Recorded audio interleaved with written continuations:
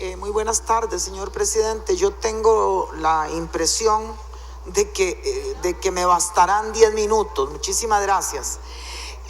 Yo había mencionado aquí a propósito de las mociones que en número elevado ha presentado el diputado, entre otros el diputado Antonio Álvarez en la Comisión de Hacendarios a propósito de la discusión alrededor del proyecto de ley contra el fraude y la evasión fiscal.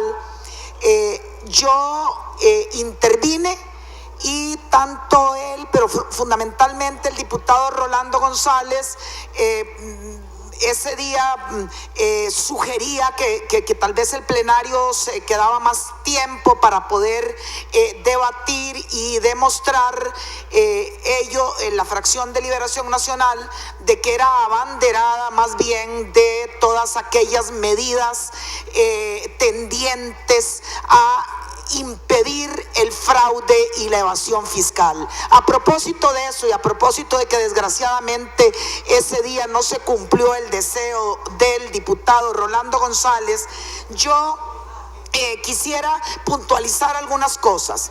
Ese proyecto de ley fue presentado por el gobierno y tiene como finalidad, como todos sabemos, eliminar portillos e incentivos vigentes que le permiten a los evasores defraudar al fisco. Este proyecto no logra avanzar en la Comisión de Asuntos Hacendarios y hoy alguna de sus integrantes me decían que creen que desgraciadamente la suerte de este proyecto está sellada porque no se le permite avanzar de ninguna manera. Porque diputadas y diputados del Partido Liberación Nacional y del PUSC han utilizado estrategias dilatorias porque en el fondo no expresan con transparencia su oposición al proyecto en cuestión. El problema del fraude fiscal es muy grave en nuestro país. En la exposición de motivos que yo revisaba de este proyecto se dan pues los datos que ya conocemos. Si sumamos la evasión más la ilusión más las exenciones o exoneraciones, la suma total de esos tres renglones llegan a un monto mayor de lo que se recauda. Es decir, por cada colón que se recauda hay uno que se pierde. Es esa la situación que enfrentamos. De acuerdo con las estimaciones de Hacienda, entonces los recursos que no se recaudan por acción del contribuyente, dice la exposición de motivos, representan casi el 60% de los impuestos efectivamente recaudados. Lo que pasa es que aquí hay intereses económicos que se oponen a que medidas como estas avancen. Pero sin embargo no han sido capaces de articular un discurso coherente en contra del proyecto. Se ha saturado la comisión de mociones que no apuntan al fondo del proyecto. Es decir, no se están presentando propuestas alternativas, sino que se están argumentando razones de forma. Han rehuido la discusión por el fondo a través, creo yo, del posicionamiento de generalidades. El diputado Álvarez de Santi ha señalado que el proyecto en cuestión transgrede potestades, y esto es fundamentalmente lo que me interesa señalar, potestades constitucionalmente establecidas en beneficio de los contribuyentes al transferir las funciones que en materia procesal en la actualidad le competen a la esfera judicial, las traslada a la esfera administrativa. Esto es falso. El diputado Álvarez de Santi, que quien es especialista en esto, yo no lo soy, sabe muy bien que en materia de evasión tributaria existen dos grandes momentos. o dos fases: el momento determinativo y el momento cobratorio. Mientras que el momento determinativo corresponde al proceso mediante el cual la administración tributaria, como lo indica el término, determina si efectivamente una persona ha evadido o no impuestos y cuánto representa eso, el momento cobratorio corresponde al proceso mediante el cual dicho monto, una vez establecido, se cobra en beneficio de la administración, es decir, en beneficio del Estado. Sobre esto hay, digamos, tratadistas españoles, porque aquí en algún momento, a propósito de la utilización de la vía administrativa en otro proyecto, se habló de que esto sucedía en regímenes de corte autoritario, etcétera. Yo he recabado información, por ejemplo, del tratadista español García de Enterría, en donde él sostiene, a propósito de lo que se llama autotutela de los actos administrativos, que ella es la capacidad o el privilegio de la administración pública de tutelar en vía declarativa o ejecutiva los propios derechos, entiéndase, sin necesidad de acudir al juez. Y que materialmente, dice el tratadista, se justifica en razón de la expeditividad y eficacia en la gestión de los servicios y asuntos públicos que tiene confiada la administración.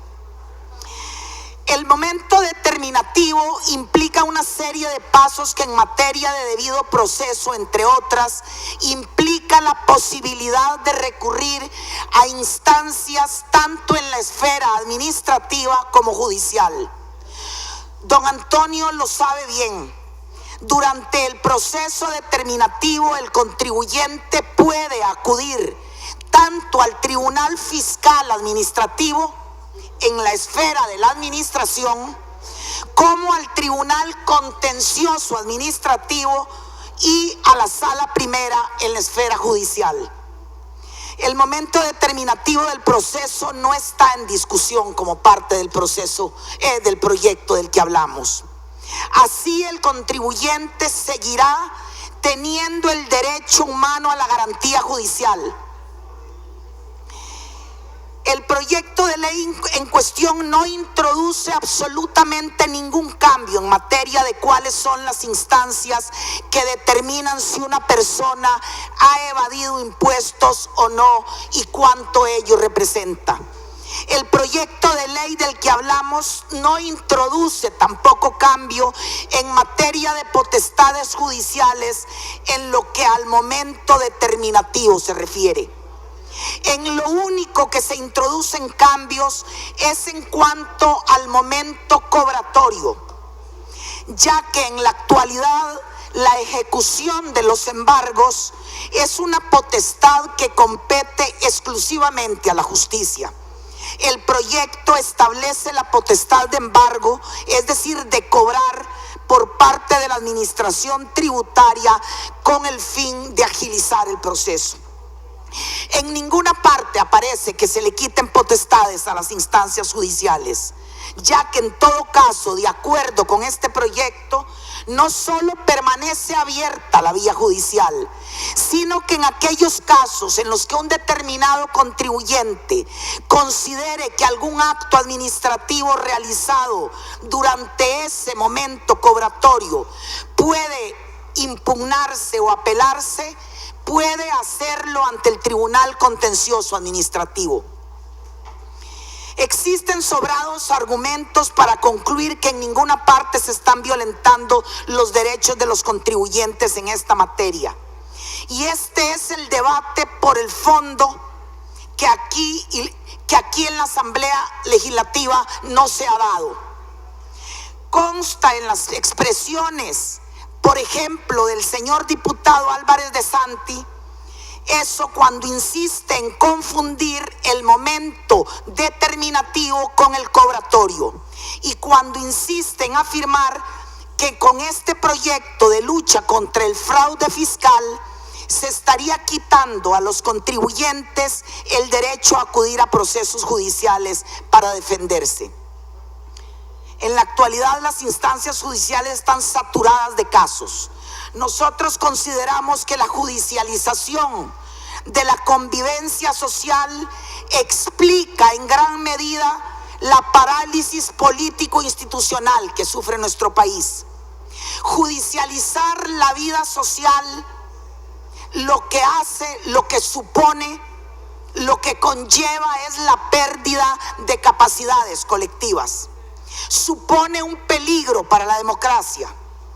Cada vez se confía menos en el sistema político y se delega más la resolución de todo al sistema judicial. Hoy todo se resuelve en los tribunales de justicia. Y eso también está en la raíz de lo que en otra intervención en algún momento mencionamos aquí. Está en la raíz del crecimiento de los grados de intolerancia en nuestra ciudadanía. La determinación de los delitos sí es resorte de los tribunales de justicia. La ejecución de las penas no necesariamente lo es. Y este principio no se toca en este proyecto. La prolongación judicial de los procesos cobratorios en materia fiscal, y así está demostrado, es instrumental a los intereses de los grandes evasores de impuestos que en ese lapso de tiempo consiguen dispersar sus bienes entre varias sociedades a fin de que la justicia, llegado el momento de la condena judicial, no tenga nada que embargar. Esta práctica es común entre algunos empresarios inescrupulosos. La introducción, por tanto, de potestades cobratorias en beneficio de la administración no es ninguna novedad. En materia de cobro de impuestos, países como Holanda, España o Chile lo tienen establecido. No es pues ningún invento de ninguna cabeza calenturienta. Por ejemplo, y por eso mi interés en esta materia, con el despacho de la diputada Sandra Pisk, hemos avanzado en empujar un proyecto de ley que fortalezca la inspección laboral. Y aquí también se consiguió dictaminar afirmativamente en la Comisión de Asuntos Sociales. Y ahí lo que se hace es establecer la sanción administrativa en materia de inspección laboral. ¿Será que también aquí habrá oposición a que los inspectores de trabajo puedan sancionar y cobrar a aquellos patronos que violan derechos laborales?